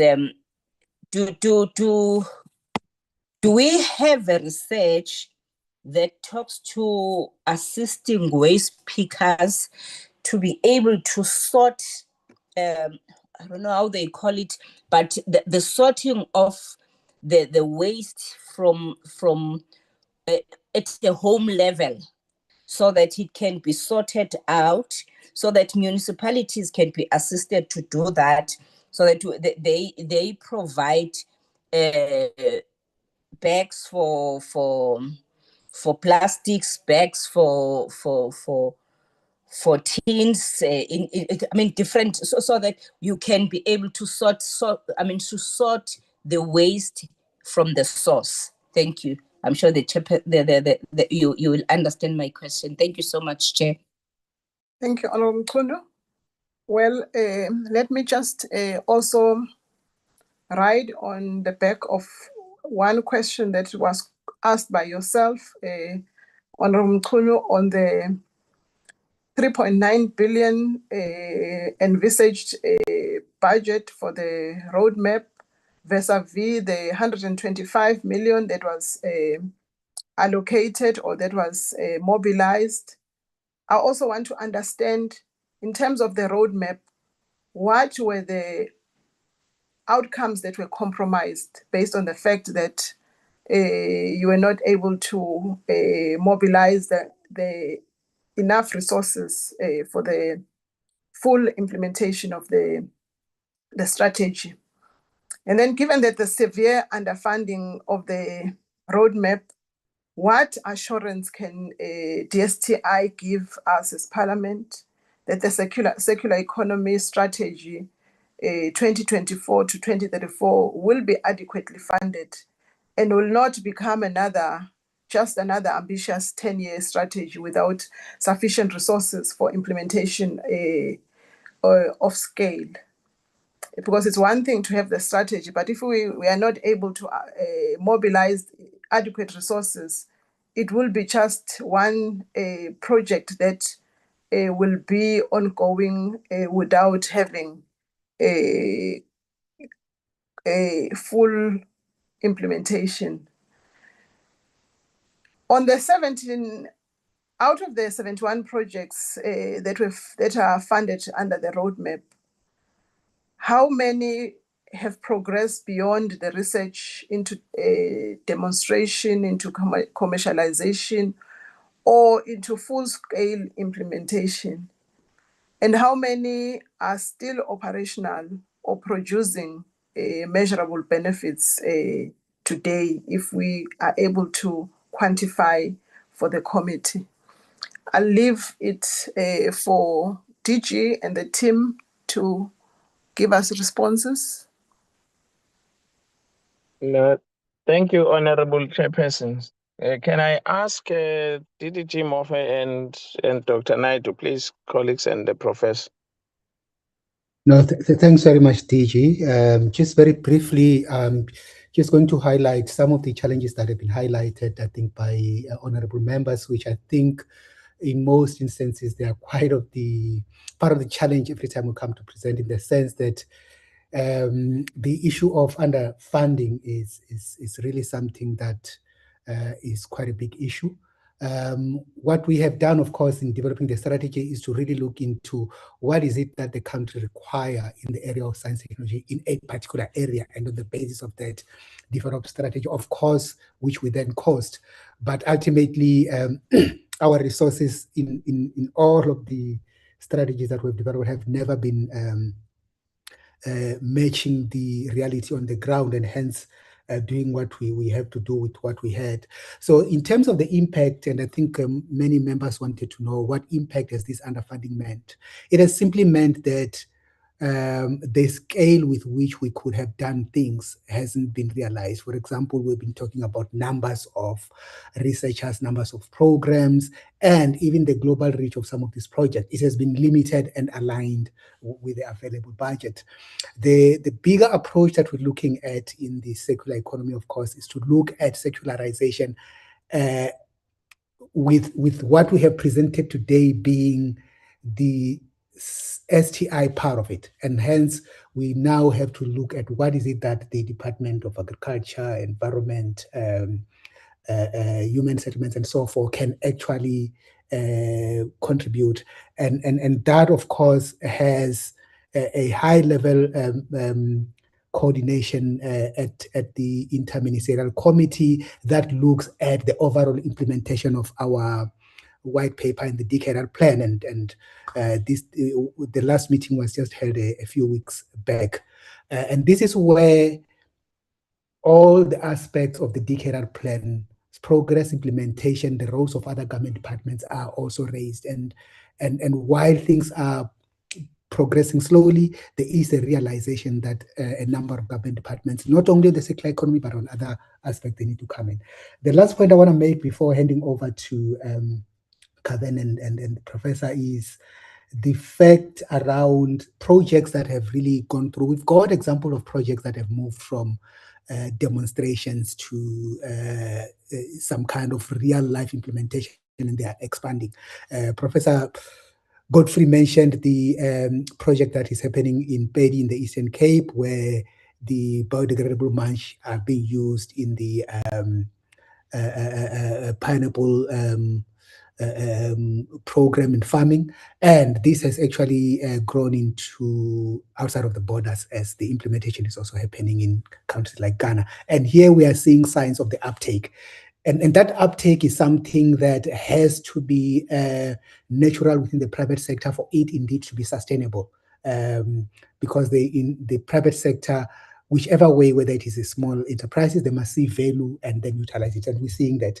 One of the big projects, the last point I want to make, is this Gubu one, which is the non-packaging retail concept. And this concept has grown from one shopping center in Deep Sloot into other shopping centers. In fact, we are seeing that it is attracting even interest from outside of borders, countries like Botswana, with the people who are coming just to see how they can actually take the whole concept. So there are a number of demonstrations that are beginning to reach out, but of course, funding means that this can actually be upscaled.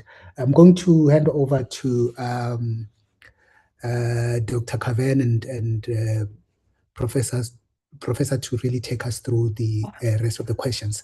Alina as well will be at hand to add where necessary. Thanks. Thank you very much, Dr. Murphy and DG. So before I hand over to Linda, I'll maybe address some of the questions raised, because there were quite a few recurring themes. So if I look at, let's say, municipal uptake or working with other government departments, in the value chain of innovation, the DSTI and the CSIR are really important enablers. So we develop the technology, develop the science, proof of concept, evidence-based policy and decision support. And we rely on partnerships and working together with other governments to ensure that we enable them to uptake and to implement. And that work is ongoing, and it is important work, but ongoing. We're working with a number of government departments that on establishing collaborations, and that's ongoing work of the CSR and the department as well, to make sure that the technology emerging from the CSR and the partners that we work with is available, partners are aware of, and then there's uptake of that. But that is a journey. It doesn't necessarily happen overnight, but it's something that we continue to push in partnership with the department. In terms of commercialization, this was a topic, but I think Linda can speak to specifically, which partnerships have been successful, and allow her to do that.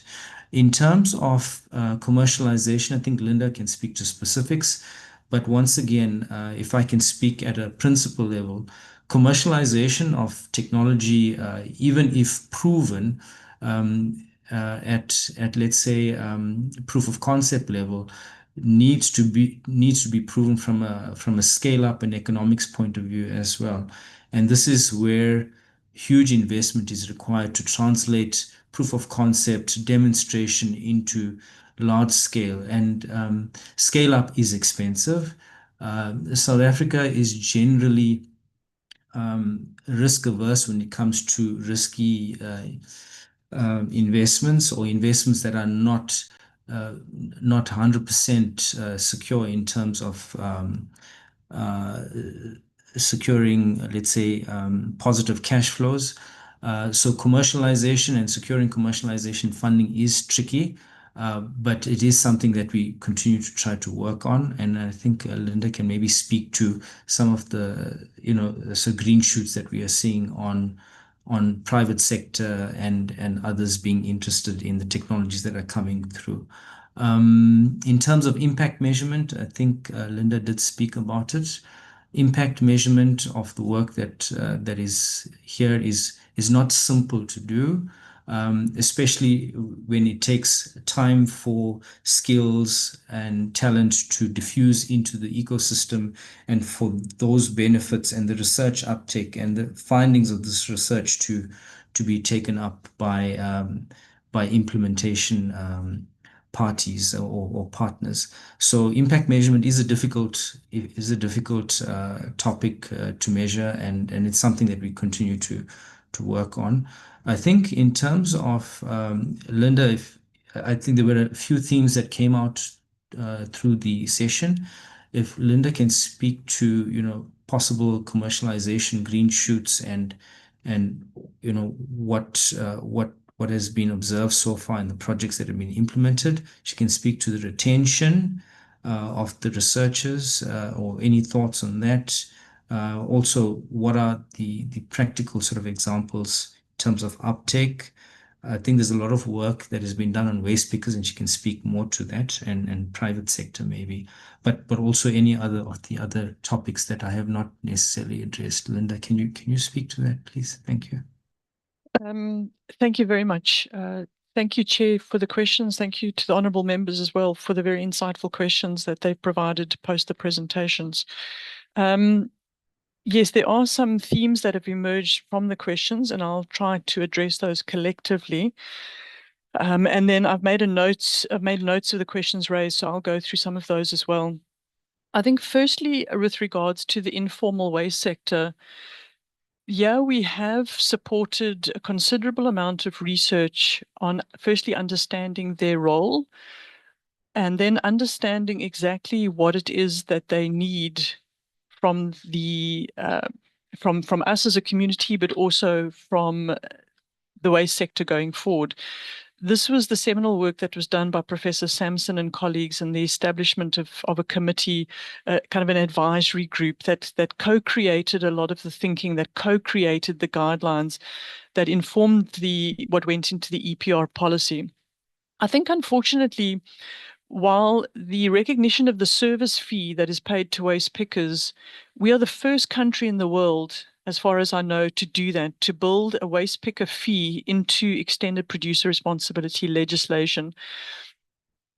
I personally believe that it was done too quickly without us yet exactly understanding how we were going to give effect to it.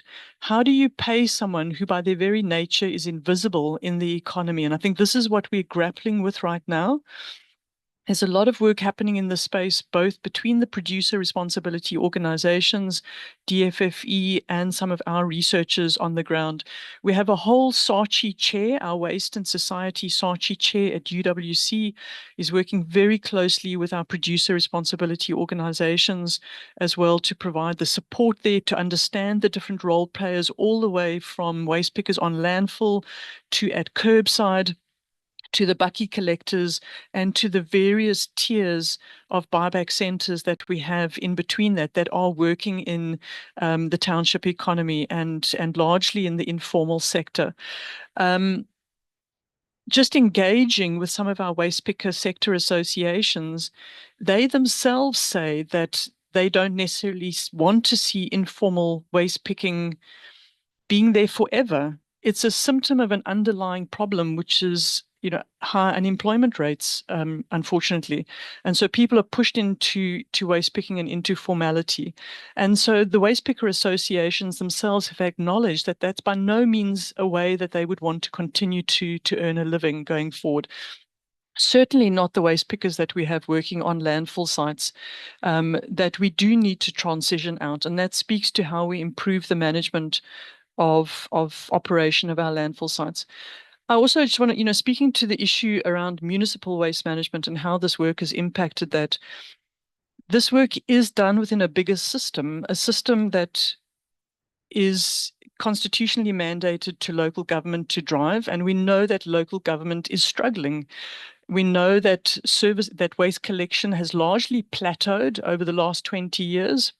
Despite more houses being brought into waste collection, there are more houses every year that don't have access to waste collection. We know the state of operation of our landfill sites. And while we can try to support local government through some of the science, technology, and innovation work that we do, and a lot of that is driven out of our SARCHI chair, at the end of the day, it requires a receptive municipality to want to engage and to want to improve on those issues. I think that's just the reality of it. And so the question was asked, how much of what we have we done has been directly taken up by municipalities? And I'll be honest with you, very little has. Not all of our students have wanted to work in local government and have looked to the private sector for employment opportunities. We have had some people in local government doing the higher degree, and we're currently in discussion to say, can we actually mandate that in terms of the National Waste Act, the designated waste officer has to have a minimum skills requirement? I think we have the evidence to show now that we have the systems in place to build that capability. And can we mandate a minimum skills requirement for designated waste officers that, again, would improve the capability that's sitting in our municipalities? So this is the challenge, is that we're doing excellent STI, but do we have the receptive environment? And so that's why a lot of the uptake has been in the private sector, in business and within industry, because they realize this is a way to make them more profitable, to make them more globally competitive. But we do continue to engage. I think also is to acknowledge, given the limited resources, that there are multiple players in this ecosystem, and we don't want to duplicate what others are doing. So there's tiers also playing in the space around commercialization, and we've had discussions with them over the years around the work that we support as being a pipeline into the tier transition. There's also numerous funding support happening for entrepreneurs at the early stages in terms of mentorship, in terms of enabling them to access funding for their small businesses. A lot of that is being driven by the commercial sector, so by banks, by NGOs, by international funding. A lot of investment into small entrepreneurs in the green industry, in the green business space, and we don't want to duplicate that work that is happening. But there is an ongoing discussion because we're seeing a lot of those entrepreneurs fund hop from fund to fund to fund, and it's starting to become a frustration of some of the investors in that space that we're not seeing scaling of those small businesses. So we continue to try to support municipalities. But, I also do say South Africa's 30 years behind the global north when it comes to the management of waste. And so I think we know what needs to be done. We know the technology solutions that are needed. It's just around implementation of those solutions in the municipal space. I think on the funding issue has come up numerous times as well, the 125 million and against the 3.9 billion.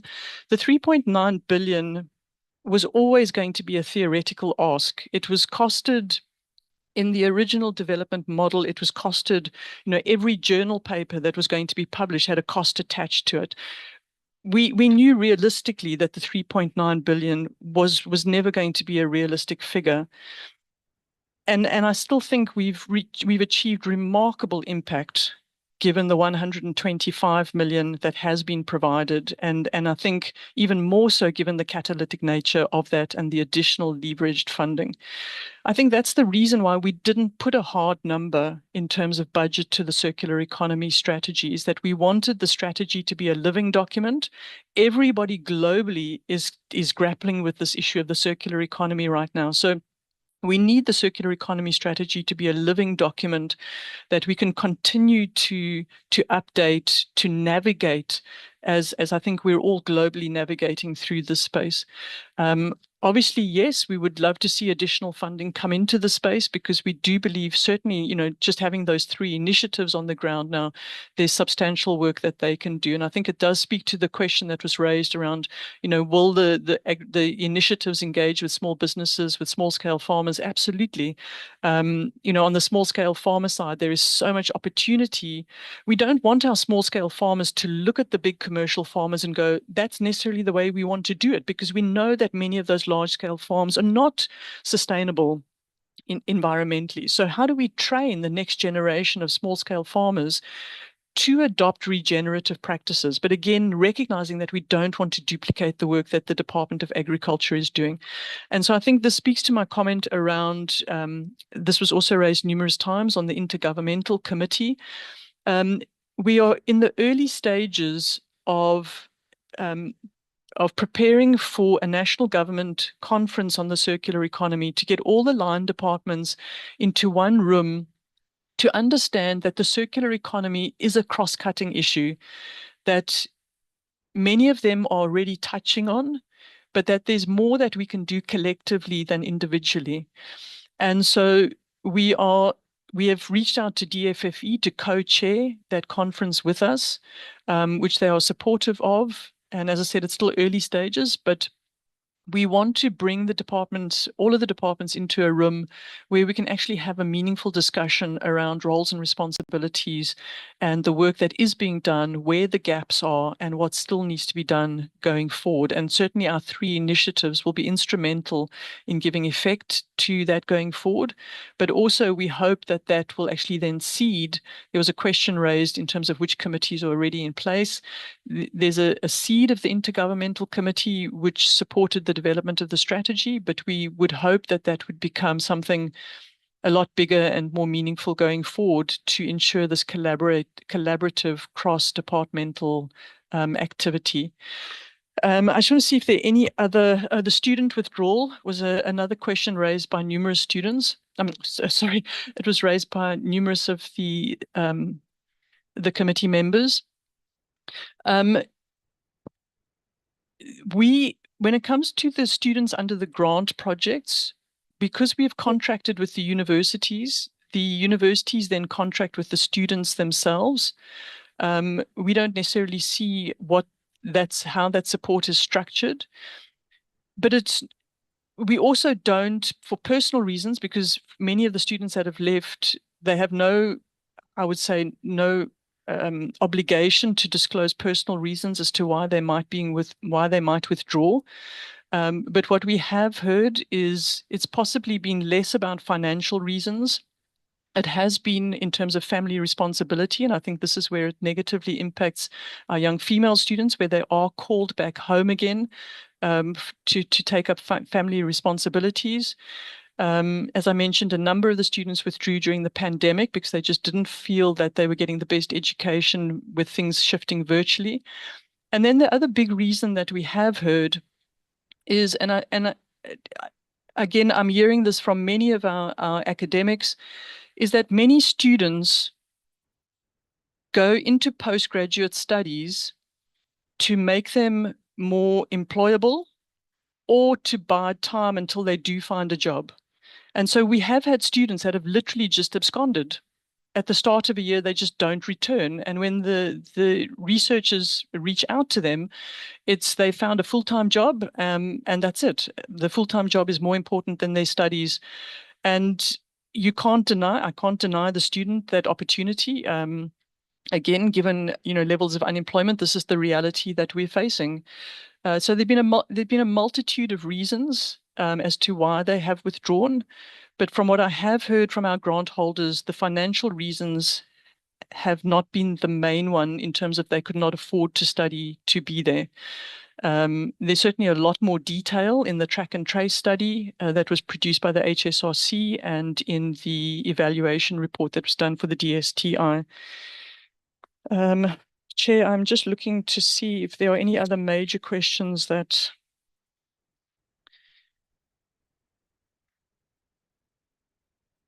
No, it should be fine, Prof. It should be. There was just the one on the commercialization. Okay, go ahead, Prof, and let's wrap up. All right, thank you. I think this has just been my last one on the commercialization. So out of the 71 grants, around about 50% of them are technology related. The others are more kind of on the environmental strategic modeling. So that would give us, 35 out of that. I think we've had about 6 that have been taken into registered technology products that would move into kind of the IP space, which I think is a very good return. That's about a 20% return. But I think for me, that's why, I mean, commercialization, if depends how we, again, interpret commercialization. Are we talking traditional registering of patents, licensing and things like that? That doesn't necessarily always lead to impact. And that's why for the demonstration fund projects, we've lent more towards funding projects where the need and the idea has come from the business and the industry, as opposed to this being something that's been internally generated within a university or science council. Because doing it that way around, we know that the need exists and that there's ready uptake of that by a business or an industry. So we've kind of shifted that narrative, or we've flipped it on its head a little bit to say, can we draw the ideas out of the private sector and then match the expertise that we have in our universities and science councils to help to de-risk and to scale that? But I think we've had a good balance of both of those, and I can certainly provide the exact details on each of those should the committee members require them. Thank you, Chair. Thank you, DG. Thank you very much. DG Moffat, did we address the TVET-related question?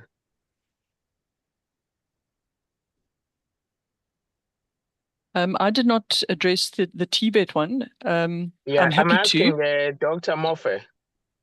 No, we did not address that. Yeah, we did not address it. Okay, please respond to it if possible. Yeah, no, I think what we have to do is to go back into some of our, especially the demonstrator, to see if there are those programs. But for now, I don't have the answer. Chair, DG, we did engage with, because when we first reached out with regards to skills development, we looked not only at postgraduate degrees, but also we looked at diplomas.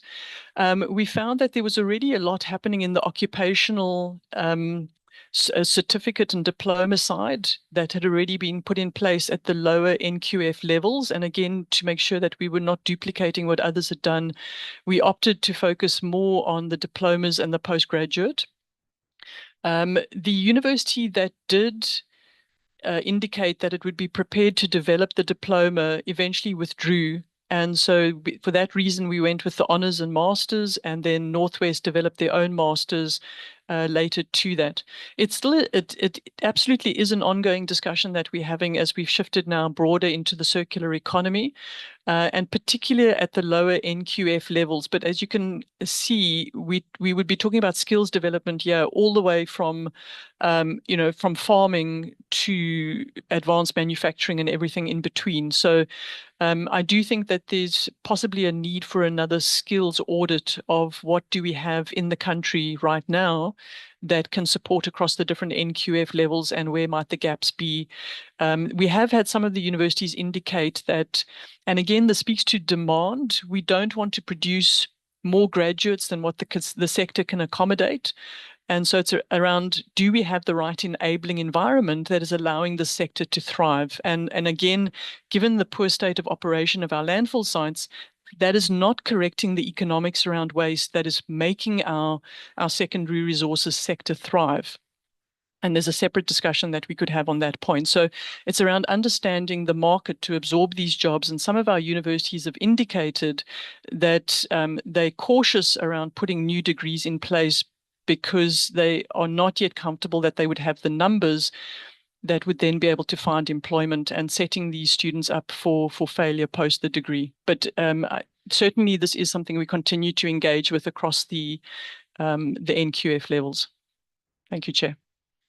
Okay. No, thank you very much, Honorable Chair. Let me hand back to you, acknowledging that there may be still gaps in the emerging circular economy work, which the team and the department and the entities and the institutions involved will need to work on as part of our deepening efforts to realize the vision of a circular economy.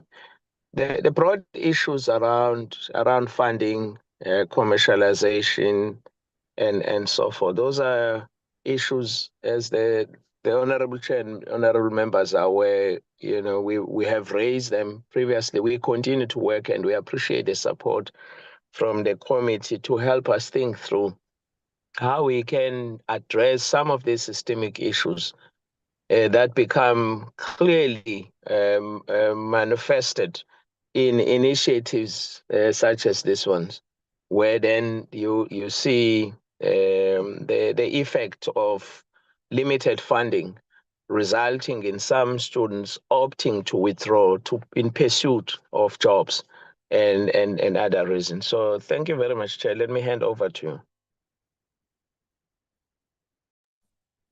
Thank you, DG, and your team from the department and the entity in responding to the questions from honorable members. Where there are gaps in terms of the responses, would allow yourself, DG, through your office, to send the responses in terms of the questions that had needed specifics in terms of numbers, if you were not able to give honorable members here in this meeting. I know our committee secretary will facilitate that process so that we get the responses in written. Well, I think we have come to the conclusion of our engagement for today, honorable members, in terms of the presentation that was given to us and the question and answer session. I can say that our discussion has demonstrated that South Africa's transition towards a circular economy is not simply just an environmental matter. It is about economic transformation. It should be about industrial development, and it should be about climate resilience. It should be about bringing innovation that would sustain and create meaningful employment. The committee, honorable members, will therefore continuously monitor the implementation, the funding, look at measurable impact of the circular economy through the department and the department as part of our commitment to advancing and mitigating climate resilience strategies to ensure that the sustainability of an inclusive and innovative driven economy where waste management is turned into meaningful job opportunities and innovation around waste management translates into other industries. We therefore thank you for this informative session. We will continuously work with yourself, the department, to ensure, and the CSIR, to see that innovation does translate into tangible outcomes. Can we get announcements, Committee Secretary? Okay, no announcements at this stage. Thank you. Okay, there are no announcements. Well, honorable members, the department and the entity, allow me then to thank you for this session that we had, and the meeting is adjourned. Thank you. Thank you very much, Chair. Thank you, Chair. Bye, Dankie.